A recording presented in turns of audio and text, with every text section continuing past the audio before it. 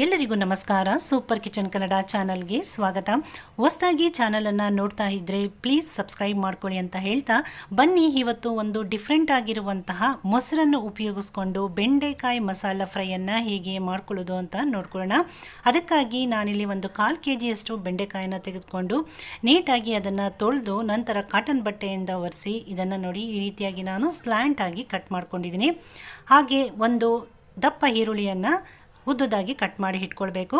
ಹಾಗೆ ಒಂದು ಟೊಮೊಟೊ ಹಣ್ಣನ್ನು ನೋಡಿ ಇದನ್ನು ಉದ್ದುದಾಗಿ ನಾನಿಲ್ಲಿ ಕಟ್ ಮಾಡ್ಕೊಳ್ತಾ ಇದ್ದೀನಿ. ಕಟ್ ಮಾಡಿದಂಥ ಈ ಎಲ್ಲ ಪದಾರ್ಥಗಳನ್ನು ಒಂದು ಮಿಕ್ಸಿಂಗ್ ಬೌಲನ್ನು ತೆಗೆದುಕೊಂಡು ಅದಕ್ಕೆ ಸೇರಿಸ್ಕೊಳ್ಳೋಣ. ಮೊದಲಿಗೆ ನಾನಿಲ್ಲಿ ಬೆಂಡೆಕಾಯನ್ನು ಹಾಕ್ಕೊಳ್ತಾ ಇದ್ದೀನಿ. ಹಾಗೆ ಕಟ್ ಮಾಡಿದಂಥ ಈರುಳ್ಳಿಯನ್ನು ಕೂಡ ಸೇರಿಸ್ಕೊಳ್ಳೋಣ. ಹಾಗೆ ಟೊಮೊಟೊ ಹಣ್ಣನ್ನು ಕೂಡ ಸೇರಿಸ್ಕೊಂಡು ಈಗ ಇದಕ್ಕೆ ನಾನಿಲ್ಲಿ 1 ಚಮಚದಷ್ಟು ಅಚ್ಕಾರದ ಪುಡಿಯನ್ನು, ಒಂದು ಅರ್ಧ ಚಮಚದಷ್ಟು ಜೀರಿಗೆ ಮತ್ತು ಸೋಂಪನ್ನು ಫ್ರೈ ಮಾಡಿ ಪುಡಿ ಮಾಡಿ ಹಾಕ್ಕೊಳ್ತಾ ಇದ್ದೀನಿ. ಹಾಗೆ ಒಂದು 1/4 ಚಮಚದಷ್ಟು ಅರಿಶಿನ ಪುಡಿ, ಒಂದು 1/4 ಕಪ್ನಷ್ಟು ನಾನಿಲ್ಲಿ ಕಡಲೆಕಾಯಿ ಬೀಜವನ್ನು ಫ್ರೈ ಮಾಡಿ ಕ್ರಷ್ ಮಾಡಿ ಹಾಕ್ಕೊಳ್ತಾ ಇದ್ದೀನಿ. ಹಾಗೆ ಒಂದು ಅರ್ಧ ಕಪ್ನಷ್ಟು ಕೊತ್ತಂಬರಿ ಸೊಪ್ಪನ್ನು ಕಟ್ ಮಾಡಿ ಸೇರಿಸ್ಕೊಳ್ಬೇಕು. ರುಚಿಗೆ ತಕ್ಕಷ್ಟು ಉಪ್ಪನ್ನು ಸೇರಿಸ್ಕೊಂಡು ಇವಿಷ್ಟು ಪದಾರ್ಥಗಳನ್ನು ನಾವೀಗ ಸ್ಪೂನ್ನ ಸಹಾಯದಿಂದ ಒಂದಕ್ಕೊಂದು ಚೆನ್ನಾಗಿ ಬೆರೆಯೋ ರೀತಿಯಲ್ಲಿ ಮಿಕ್ಸ್ ಮಾಡ್ಕೊಳ್ಬೇಕು. ಈ ರೀತಿ ಮಸಾಲೆಯನ್ನು ಮೊದಲೇ ಮಿಕ್ಸ್ ಮಾಡಿ ಮಾಡೋದ್ರಿಂದ ಬೆಂಡೆಕಾಯಿ, ಈರುಳ್ಳಿ, ಟೊಮೊಟೊ ತುಂಬಾ ಸಾಫ್ಟ್ ಆಗುತ್ತೆ. ಜೊತೆಗೆ ಬೇಯೋದಕ್ಕೂ ಕೂಡ ಹೆಚ್ಚು ಸಮಯವನ್ನು ತೆಗೆದುಕೊಳ್ಳೋದಿಲ್ಲ. ಈಗ ಇದ್ರ ಮೇಲೆ ಒಂದು ಲಿಡ್ಡನ್ನು ಕ್ಲೋಸ್ ಮಾಡಿ ಒಂದು 5 ನಿಮಿಷಗಳ ಕಾಲ ಇದು ಮ್ಯಾರಿನೇಟ್ ಆಗೋದಕ್ಕೆ ಬಿಟ್ಬೇಡ. ಈ ಕಡೆ ಸ್ಟವ್ ಮೇಲೆ ಒಂದು ಬಾಣಲೆಯನ್ನು ಇಟ್ಕೊಂಡು ಒಂದು 4 ರಿಂದ 5 ಚಮಚದಷ್ಟು ಕುಕ್ಕಿಂಗ್ ಆಯಿಲನ್ನು ಸೇರಿಸಿ ಎಣ್ಣೆ ಕಾದ ನಂತರ ಅರ್ಧ ಚಮಚದಷ್ಟು ಜೀರಿಗೆ, 1 ಚಮಚದಷ್ಟು ಬಿಳಿ ಎಳ್ಳು, ಹಾಗೆ 1 ಸಣ್ಣ ಗೆಡ್ಡೆ ಬೆಳ್ಳುಳ್ಳಿಯನ್ನು ಜಜ್ಜಿ ಸೇರಿಸ್ಕೊಳ್ಬೇಕು. ಹಾಗೆ 1 ಹಸಿಮೆಣಸಿಕಾಯನ್ನು ಕಟ್ ಮಾಡಿ ಸೇರಿಸಿ 1 ಗರಿಯಷ್ಟು ಕರಿಬೇವಿನ ಎಲೆಯನ್ನು ಸೇರಿಸ್ಕೊಂಡು ಮೊದಲಿಗೆ ಇದನ್ನು ಚೆನ್ನಾಗಿ ನಾವಿಲ್ಲಿ ಫ್ರೈ ಮಾಡ್ಕೊಳ್ಳೋಣ.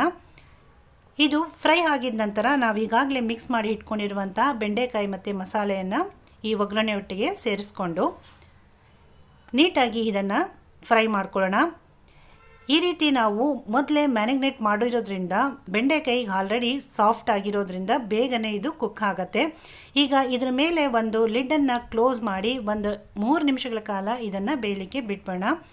ಈಗ 5 ನಿಮಿಷ ಆಗಿದೆ ನೋಡಿ. ಈಗ ಇದು ಒಂದು 60% ಅಷ್ಟು ಇದು ಇಲ್ಲಿ ಆಲ್ರೆಡಿ ಕುಕ್ ಆಗಿದೆ. ಈ ಹಂತದಲ್ಲಿ ನಾನಿಲ್ಲಿ ಒಂದು ಅರ್ಧ ಕಪ್ನಷ್ಟು ಮೊಸರನ್ನು ಸೇರಿಸ್ಕೊಳ್ತಾ ಇದ್ದೀನಿ. ಇಲ್ಲಿ ಮೊಸರು ಫ್ರೆಶ್ ಆಗಿರೋದನ್ನು ತೆಗೆದುಕೊಳ್ಳಿ.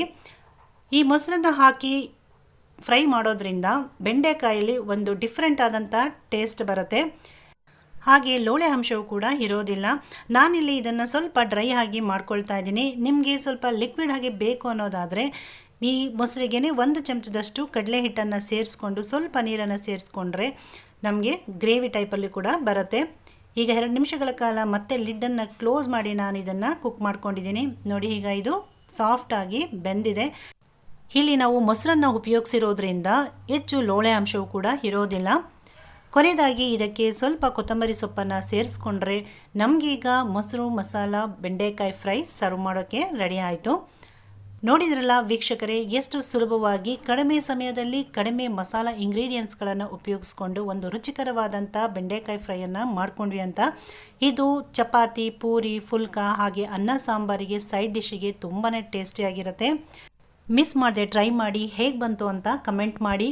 ವಿಡಿಯೋ ಇಷ್ಟ ಆಗಿದ್ರೆ ಒಂದು ಲೈಕ್ ಮಾಡಿ, ಶೇರ್ ಮಾಡಿ, ಹಾಗೆ ಚಾನಲ್ನ ಸಬ್ಸ್ಕ್ರೈಬ್ ಮಾಡ್ಕೊಳ್ಳಿ ಅಂತ ಹೇಳ್ತಾ ಮತ್ತೊಂದು ಇಂಟ್ರೆಸ್ಟಿಂಗ್ ಆಗಿರುವಂಥ ರೆಸಿಪಿಯೊಂದಿಗೆ ಭೇಟಿ ಆಗ್ತೀನಿ. ಅಲ್ಲಿ ತನಕ ಥ್ಯಾಂಕ್ ಯು.